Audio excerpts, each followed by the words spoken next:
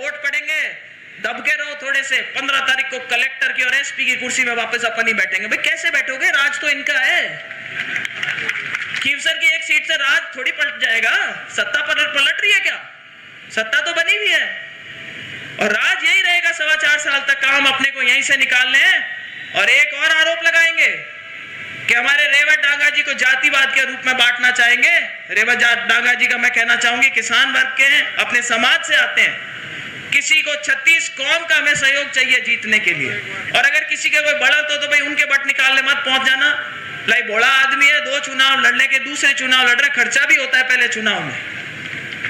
चुनाव लड़े, हार गए, बहुत थोड़े कम वोटों से हार गए, नींद 2-2 घंटे लेकर के निकाला, इन्होंने काम चलाया है। तो भाई अब की बार अगर कोई गिले शिकवे छोटे बड़े हो तो मैं कहूंगी कि हाथ जोड़ करके निवेदन है। मैं अपनी तरफ से सिर्फ इतना ही कहना चाहती हूँ कि मैं तो भाई रेवत डांगा जी का नहीं मानती, मैं तो ये मानती हूँ ये मेरा ही चुनाव है। ज्योति मिर्धा यही सोच करके चुनाव लड़ेगी कि वही रेवत डांगा है। और हर एक संभव प्रयास करेंगे कि सब लोग साथ मिलकर के, हमारे नेता साथ मिलकर के, हमारी जनता साथ मिलकर के रेवत डांगा जी को एक जोरदार यहाँ से जीत दिला करके भेजे, जब तो बात भी बने। और मुख्यमंत्री जी भी, मैं आपका भी धन्यवाद करना चाहूंगी। मेरे नामांकन में आप आए थे। हमारे पूरे राजस्थान की एक सबसे ज्वलंत समस्या थी जो आपने किसी ने सामने नहीं रखी थी। मैंने बोला भाटों की ट्रॉलियों से परेशान हो रहे हैं, आपने इशारे में बोला और आज तक कोई परेशान नहीं हो रहा। ये राज के पड़के होते हैं, ये राज की ताकत होती है।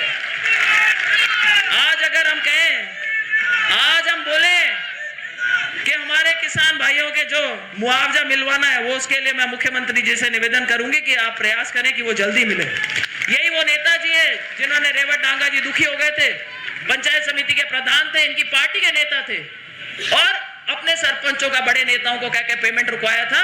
कुछ पेमेंट अभी भी बाकी है। मैं मुख्यमंत्री जी से निवेदन करूंगी कि उन सरपंचों का, इन पंचायत समितियों के अंदर 2-2 साल से पेमेंट अटके हुए, उसको भी करवाने का प्रयास करें। और आगे आप लोगों को लंबे भाषण नहीं देकर, क्योंकि और भी नेता बोलना चाहेंगे, मैं आपसे पुनः एक बार हाथ जोड़ करके निवेदन करती हूँ कि भाई अपना चुनाव मान करके लड़ो। ऐसा मौका बाद में नहीं आएगा। बकरी अब के फाटे में आई हुई है, जहर का घूंट पी के बैठी हुई है, पीछे रहना मत। रंग बदलने वाले गिरगाटों को सब पहचान चुके हैं, जनता भी पहचान चुकी, पार्टियां भी पहचान चुकी। तो लगे रहो, 13 तारीख तक बिल्कुल मुस्तैदी के साथ लगो। 23 तारीख को ईश्वर ने चाहा तो परिणाम अपने पक्ष में आएगा। इन्हीं शब्दों के साथ आप इस वक्त यहाँ पर पधारे, रेवत जी के समर्थन में पधारे, हमारी बात सुनी, उसके लिए बहुत बहुत आभार, बहुत बहुत धन्यवाद। राम राम सा और बोलो भारत।